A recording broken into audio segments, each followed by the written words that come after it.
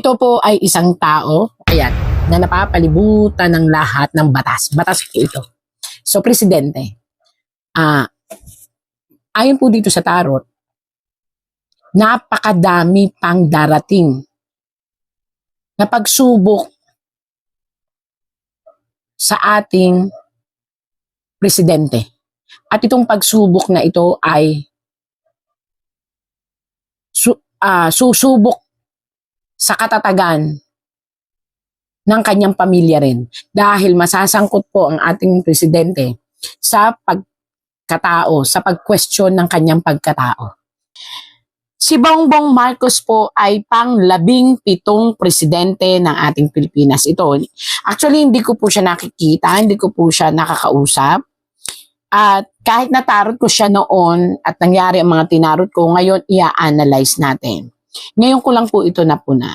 Si Bongbong Marcos ngayon bilang ika-17 na Pangulo ng Pilipinas. Alam niyo po ba na ang 17 ay umuugat at kapag binuo ay 8. Pag pinagsama po yan 1 plus 7 is 8. And ang 8 po is paulit-ulit na bilog kung saan it will repeat itself as a character. Kapag iginilid mo ay infinite, pag inihiga mo ay infinity, kapag itinayo mo siya is distraction po. So, ang ibig sabihin, ang posisyon po ngayon ng ating presidente ay isang siglo o isang sinyales na siya ay uulit. Paulit-ulit yan.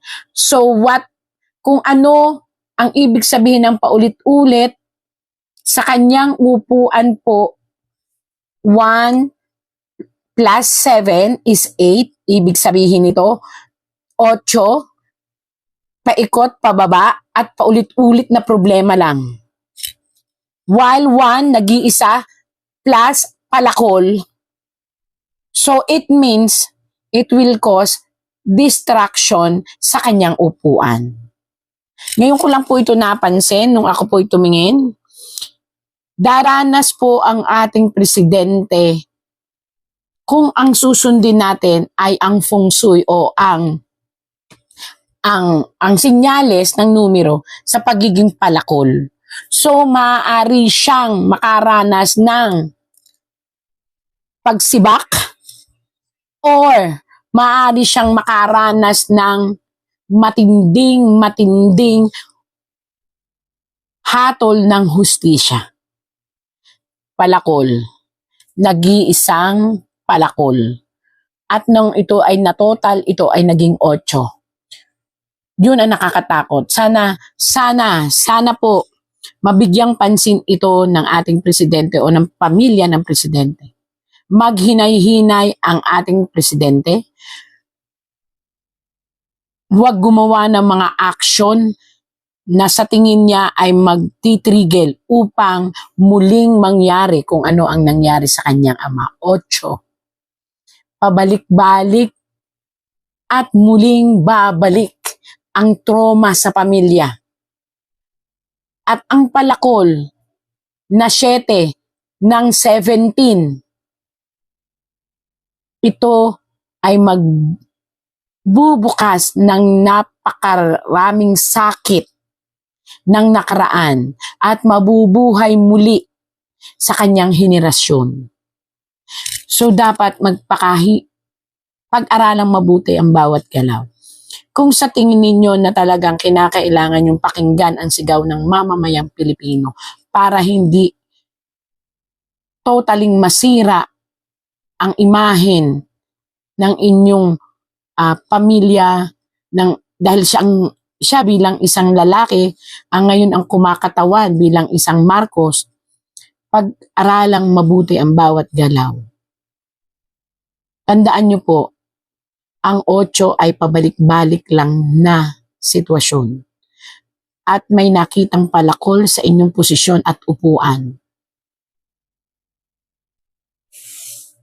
At nag-iisa lang kayo na maaaring mag-umpisa ng isang nakaraan ang nangyari sa inyong ama ay maaaring mas masahol na mangyari pa kapag hindi pinag-aralan ng bawat galaw, kapag hindi pinagbigyan ang bawat suhestyon ng mga totoong nagmamahal sa inyo nang itinuturo ay ang hindi kayo mabilang sa biglaang desisyon ng masang Pilipino. Again and again, ito po ay ayon sa pagbabasa ko sa labing 17, mahina po ako sa Tagalog, mas maganda yung sa English, 17 na presidenteng nakaupo. At dun sa 17 na yon, ang 7 ay palakol. At ang 1 ay nag-iisang siyang tagapagmana ng Marcos na lalaki sa panahon ngayon. Hindi pa kasamang mga apo. At kung ano nangyari sa ama ay uulitin kapag hindi nila inayos ang kanilang pamamalakad at magpatuloy na masangkot sila sa lahat ng mga negatibong akusasyon ng korupsyon. 8, ang ibig sabihin, babalik muli ang problemang dinanas ng pamilya. 8. Dasal po at magpakatotoo at para sa sanlibutan, kinakailangan ninyong pakinggan ang hinaing ng mamamayang Pilipino. Kapag nararamdaman na ninyo na bumabalik na ang sitwasyon ng iyong ama na panunungkulan at dinanas niya, kapag nararamdaman nyo na po yun, pakinggan nyo na po ang itinuturo ng tunay na mga taong nagmamahal sa inyo na pakinggan ang mamamayang Pilipino para hindi nyo danasin ang dinanas ng inyong ama. Yun po ang aking masasabi na ngayon nabigla talaga ako. Ngayon ko lang nalaman. Actually, alam ko namang 17 pero wala pa. Banjing-banjing lang ako. Kasi nga, wala nga akong kumbaga pag dumating na lang sa isip ko. Pero I tell you po, pwede nyo pa po iyang i-correct once napakinggan niyo po kung ano ang sinasabi ng tunay na mga tao nagmamahal sa inyo. To hear the voice of the masses and to accept the reality that in this world, maaaring bumalik ang bangungot ng isang sitwasyon na nangyari sa inyong ama. Dahil kayo'y nakaupo sa 17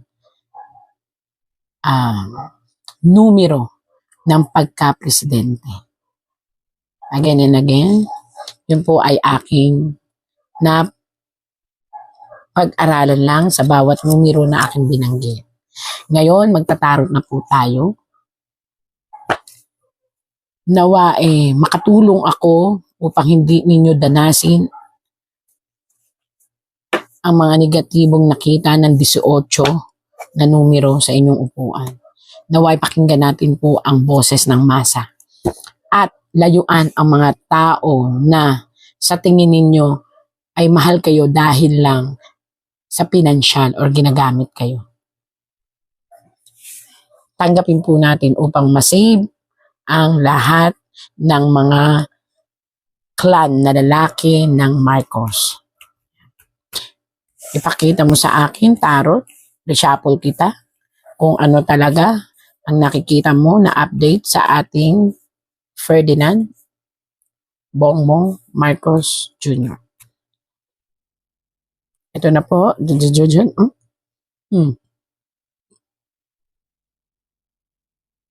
Ito po ay isang tao, ayan, na napapalibutan ng lahat ng batas. Batas po ito. So, presidente.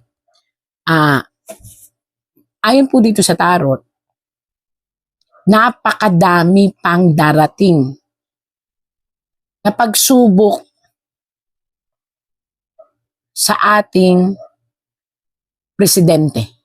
At itong pagsubok na ito ay susubok sa katatagan ng kanyang pamilya rin dahil masasangkot po ang ating presidente sa pagkatao, sa pag-question ng kanyang pagkatao. Ayan po. Ito ay isang question o question sa kanyang pagkatao bilang isang Marcos. Lalalim ng lalalim po ang mga, again po, ito'y tarot lang. Ang tarot ay isang guide.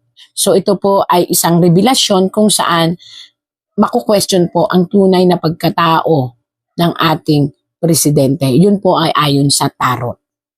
Dadating po ito, sasabay po ito sa mga aligasyon na kanyang kinakaharap ngayon. Lalo na po sa mga lulutang na ebidensya. May mga parating pong ebidensya nagpo-point out sa ating presidente at magko-question sa kanyang pagkatao at sa kanyang sinseridad sa gobyerno. Ako, dapat niyang paghandaan ito. Kasi ito ay lihitimong. Ito po ito again, natatakot man ako na magsabi ng totoo pero kailangan kong sabihin ang sabi ng tarot. Ito ay may kinalaman sa mga aligasyon tungkol sa korupsyon. Sa kanyang pagkatao bilang isang lalaki at sa kanyang pagkatao bilang isang Marcos. Di ko alam, lumabas lang po ito dito. So, kung nakikinig man po kayo, ito po ang inyong nakalagay sa tarot na pagdidiinan ng mga tao na may mga ebidensya daw na hawak. Una, ang pagkatao nyo po bilang isang tunay na Marcos, kakalkalin po yan. Yun po ang sabi sa tarot Tapos, yan. Ang inyong pagkalalaki, ang inyong kasarian, kukwestiyonin daw po yan. Ayon po sa tarot. At ito daw po ay inyong dadanasin at mararamdaman. Kaya po dapat, dahil may isang tao na may mga ebidensya daw po, ito daw po, may isang tao daw po nalulutang na may mga dalang ebidensya. At ito daw po ay napakadami. Kaya ingat po kayo sa inyong pagsasalita, maging mahinahon, at sagutin na lang kung ano ang mga itatanong upang hindi na po humaba pa ang revelasyon. Again, mag-ingat. Bakit po sinabi kong mag-ingat? Hindi ito usapin ng health. Mayroon pong lulutang na isang video o isang sitwasyon kung saan po maaaring magkaroon kayo ng distraction na pamilya.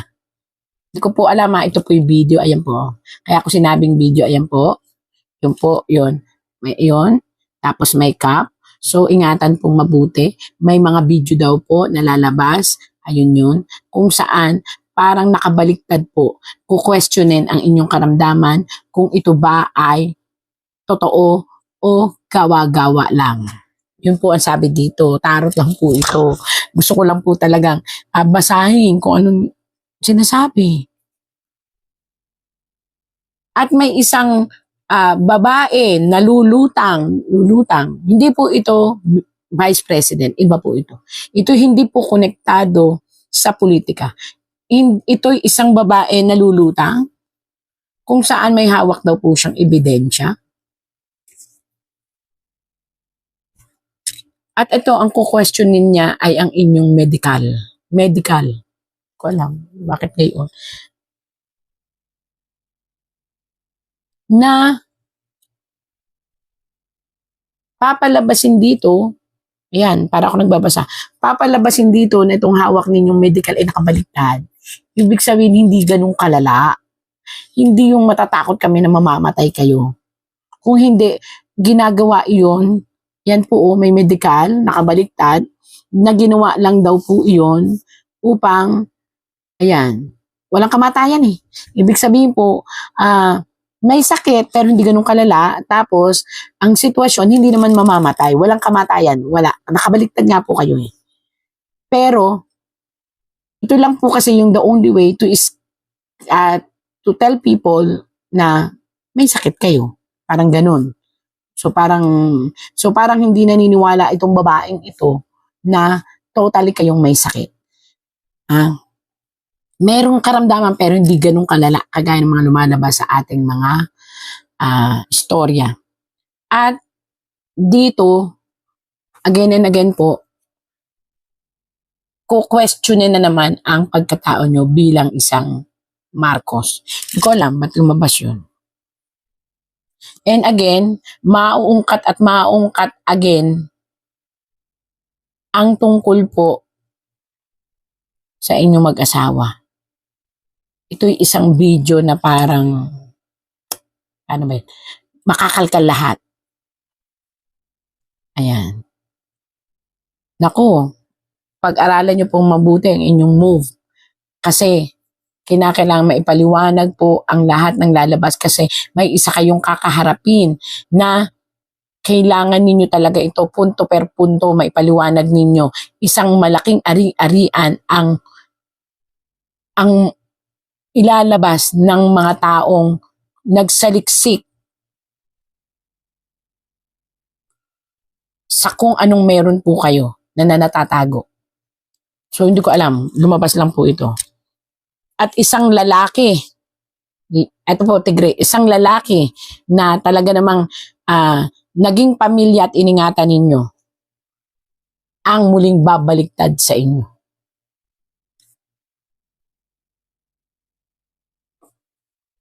Sa panahon na ito, dawit-dawit pati anak. Again po noon, sinabi ko sa tarot na may babaliktad, di ba? Nangyari naman po. Ngayon po, may panibagong babaliktad sa inyo. Isang itinuring yung pamilya at ito ay lalaki. Kaya maghanda po kayo sa napakaraming aligasyon na buslo-buslong problema ang darating po. Na kinakailangan ninyong masagot. Magdadatingan din po, ito nakita ninyo, distraction po ito, dalawang grupo ang magsasani puwersa upang gibain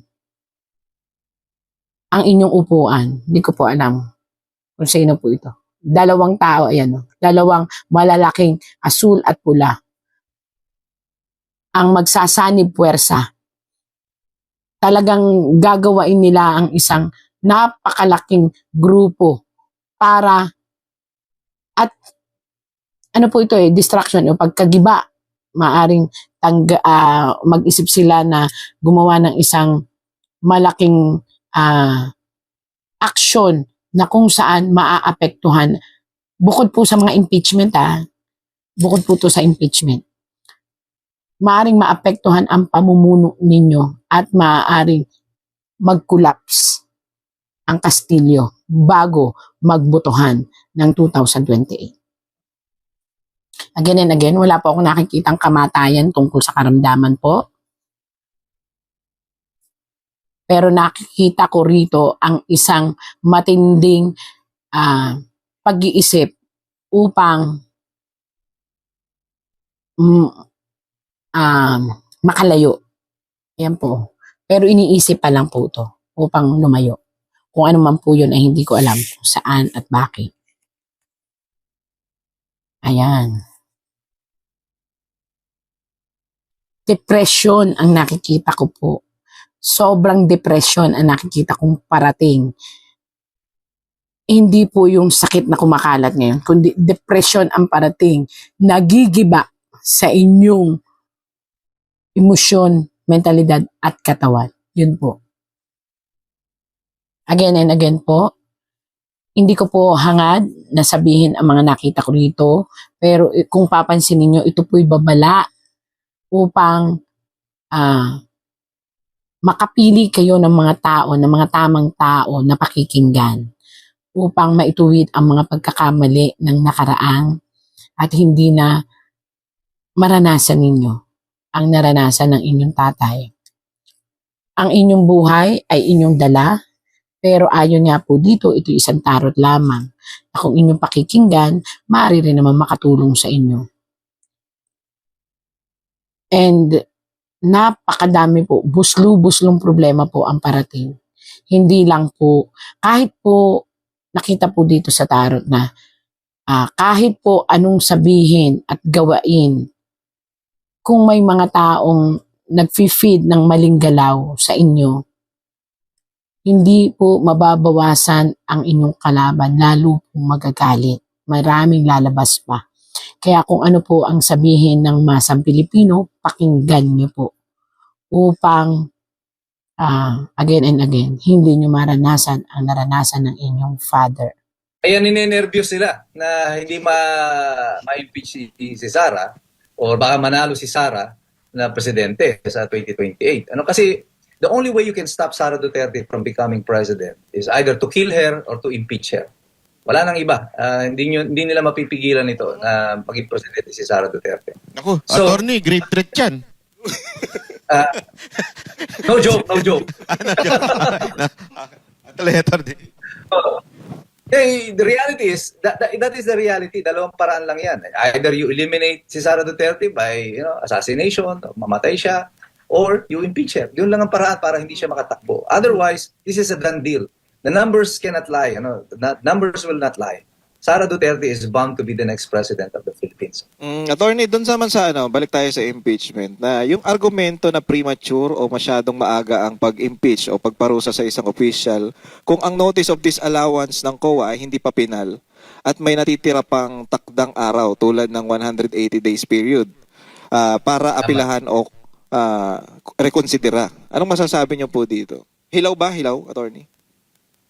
Hindi nga lang basta hilaw yung hindi pa nga naaani yung palay niluluto na ginagawa ng bigas So hindi talaga siya magiging bigas kasi hindi mo pa nababayo yung palay, gusto mo lang isaing. Ganito nangyari sa house but they had to do it.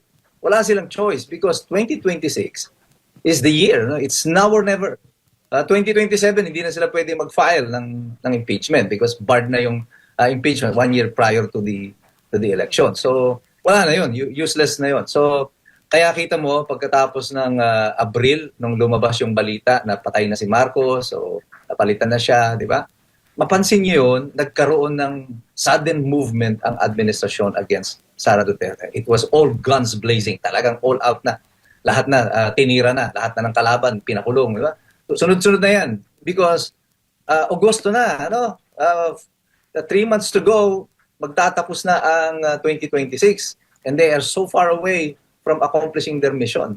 So, ito, feeling ko nito, panic mode na ito, yung ginagawa ng administrasyon. Even the way the DOJ is doing it, file ang kaso, yung ombudsman, di ba? The way they are moving. This is a indication of an administration that is rattled already. Kinakabahan na sila because a year to go, 1 year to go. Mabilis na ang panahon. Would you imagine, nasa gitna na tayo ng Agosto, di ba? In a few days, September na. Labas na naman si Jose Marichan dun sa mga apol, di ba? Kaya kabilis ang panahon. Sana hindi si Jose Marichan ang lumabas. Sino yan, sir? Si Marcos. Yun lang. Hindi, attorney naman. Lumabas sa Malacanang kasi mahilig siyang mag-ibang bansa. Ayun naman, Attorney, pagdating naman dun sa for example na natapos tong impeachment tapos walang hindi nila mapatunayan na si BP Sara talaga hindi ninakaw, hindi binulsa yung pera. Talagang wala silang napatunayan. Pwede bang balikan ng kampo ni BP Sara itong mga prosecution na pwede niya pang kasuhan itong mga to? Definitely. Kaya ninenervyos sila na hindi ma-impeach si Sara o baka manalo si Sara na presidente sa 2028. Kasi the only way you can stop Sara Duterte from becoming president is either to kill her or to impeach her. Wala nang iba. Hindi nila mapipigilan ito na maging presidente si Sara Duterte. Naku, attorney, great threat yan. No joke, no joke.